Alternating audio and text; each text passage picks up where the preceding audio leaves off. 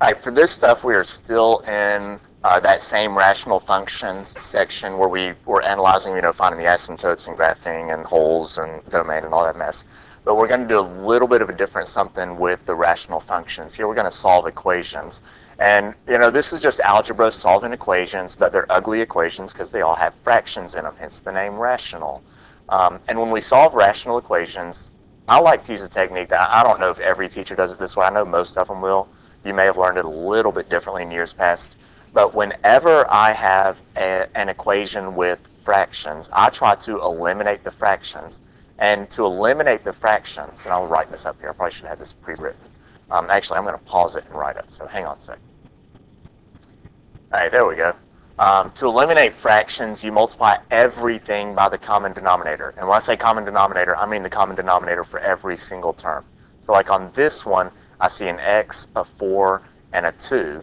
And my common denominator for x, 4, and 2 is going to be 8x. So what I'll do is every single term gets multiplied by 8x. I'm going to multiply everything by 8x. And what's going to happen here is all of my denominators will cancel. In this first term, 8x times 12 over x, the x's cancel, and you're left with 8 times 12, which is 96, plus 8x over 4, well, 4 goes into 8 2 times, so 3 times 2 times x is 6x, equals, 2 goes into 8 4 times, and so I have 3 times 4 is 12, times x is 12x. And in that one step, I got rid of all of those ugly fractions, and now it's a nice, sexy problem. We're going to move the 6x over, so 96 equals, move the 6x over, subtract 6x, 12x minus 6x, and then we'll divide by 6, and you get x to be 16. And there's your solution. So you go through and multiply by your common denominator. It gets rid of all your ugly fractions, or uglier denominators. And as we move on, the denominator is going to get a little bit uglier. And you'll also notice that the numbers are going to be inconsistent. That was number 1. Yeah, this one is number 2, but it's going to start getting crazy. So you have x minus 10 over x squared minus 2 and 4 over x. You do want to try to factor, but my bottom is not going to factor for this one. So I have x squared minus 2, and then I have an x. So my common denominator for all of that is going to be x times x squared minus 2. You simply multiply the 2 together. So I'm going to come over here. I'm going to multiply the left side by x times x squared minus 2. And let's see what happens. Let's see on the left side, x squared minus 2's cancel. And then I will distribute x times x plus 10 is x squared plus 10x. Over here, my x's cancel, leave me with 4 times all that equals 4x squared minus 8. You're good? You're good? And now we need to try to solve. This one we're going to have to end up solving by factoring. So I'm going to move my 8x over, or I'm sorry, move my x squared and my 10x over, move my x squared and my 10x over, and that's going to give me 0 equals 3x squared minus 10x minus 8. And then it turns into a factoring problem. This will factor 2, 3x times x. Let's see, factors of 8. This needs to add up to 10. I'm going to try 2 and 4. 3 times 4 is 12. If I do a positive 2 and a minus 4, that'll work. Yeah. And then we'll solve that. You get x equals, subtract the 2, divide by 3, and add the 4. So you get x equals negative 2/3 and 4. So I may have gone through that factoring and solving pretty quickly, but once you get down to this step right here, it goes back to Algebra 1. We're just trying to get rid of those pesky fractions at the beginning. Let's see what the next one is I had. Okay, number 5. So I'm skipping numbers 2, 3, and 4, or 3 and 4 or something. I don't know. I can't count. I just do math. So let's see.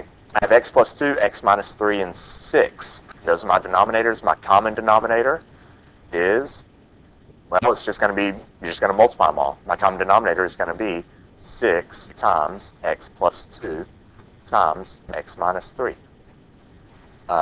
This is going to be times 6 times x plus 2, x minus 3.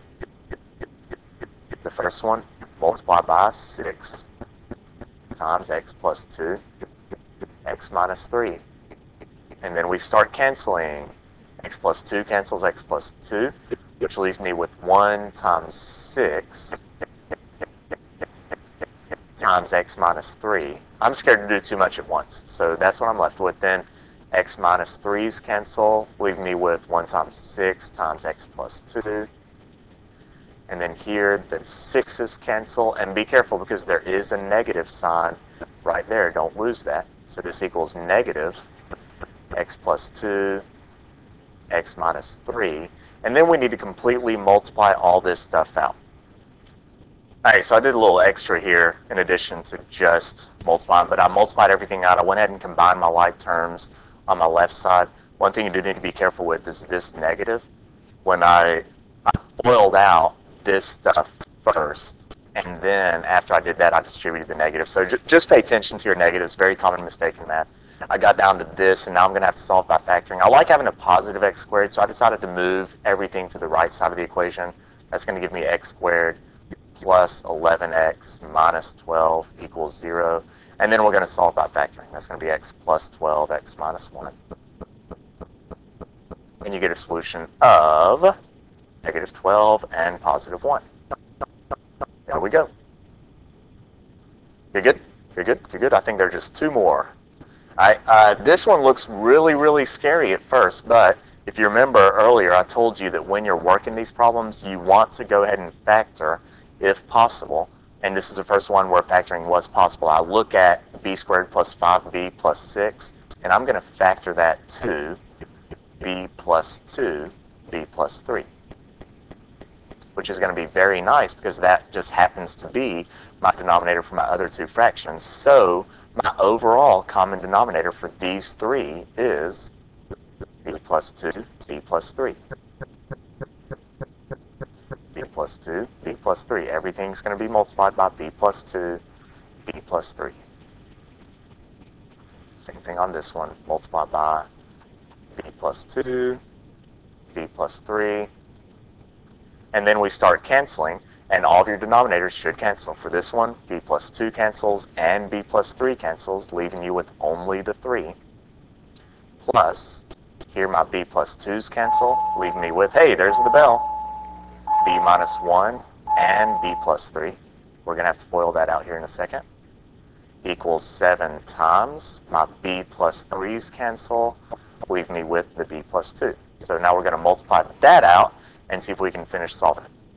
All right, so multiply everything out, just FOIL that, distribute the 7, my 3's canceled, and then I'm moving everything on the left side of the equation right here.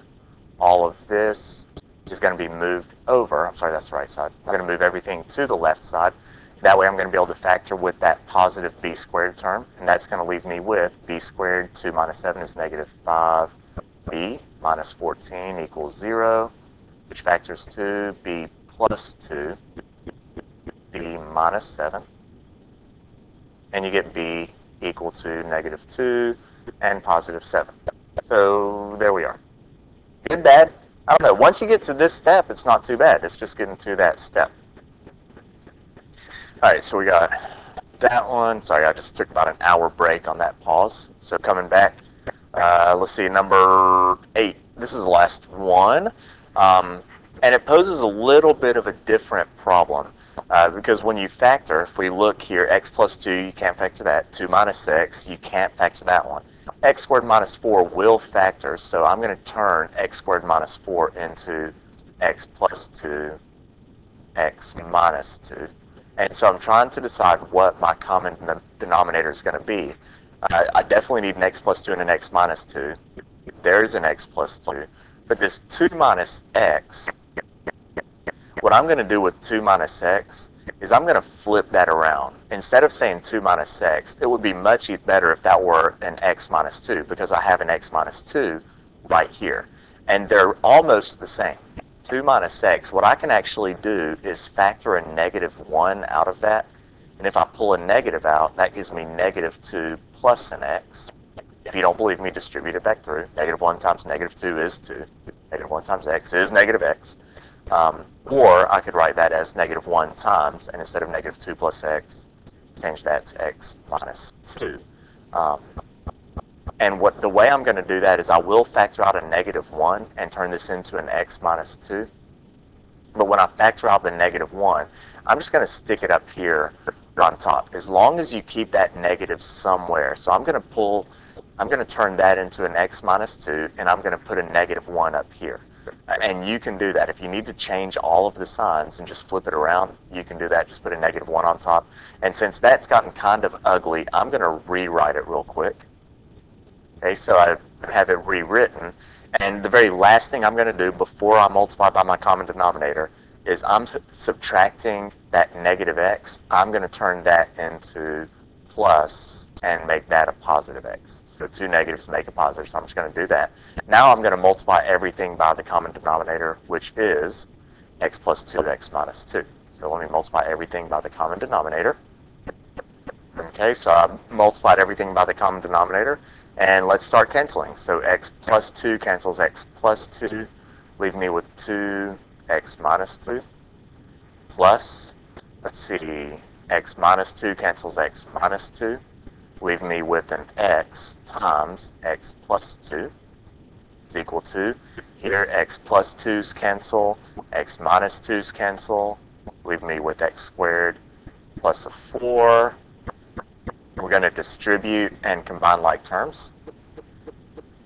So I distribute, I forgot to combine like terms. Dadgummit, hang on. There we go. So I combine my two x's over here, and now we start solving the equation. Beautiful thing about this problem, when you subtract the x squareds, they actually completely cancel out, so those are gone. X squared minus x squared is 0. I will add 4 to both sides. That'll leave me with 4x equals 8. Divide by 2, and you get, or divide by 4, and you get x to be 2. And so there you go. So our strategy is to find the common denominator, multiply everything by whatever the common denominator is. Things will cancel, and then it goes back to Algebra 1 type solving. And I managed to keep this under 15 minutes. I think I'll just sit here and talk for 8 minutes, because I really want a video of 20 minutes. Let's see, what can I do? Let's see, let's look at the Spain Park webpage. What's going on? Hey, I'm looking at Miss Mathias's webpage. I'm not sure what that means. Let me go to my webpage. It's really cool. Let's see, Carboni's website. Yeah, there it is. Hey, here's my webpage. Y'all know I have a webpage? You can click on the calendar. Man, I'm only at 12:30. I've got so much longer to go. Oh, geez, what the heck.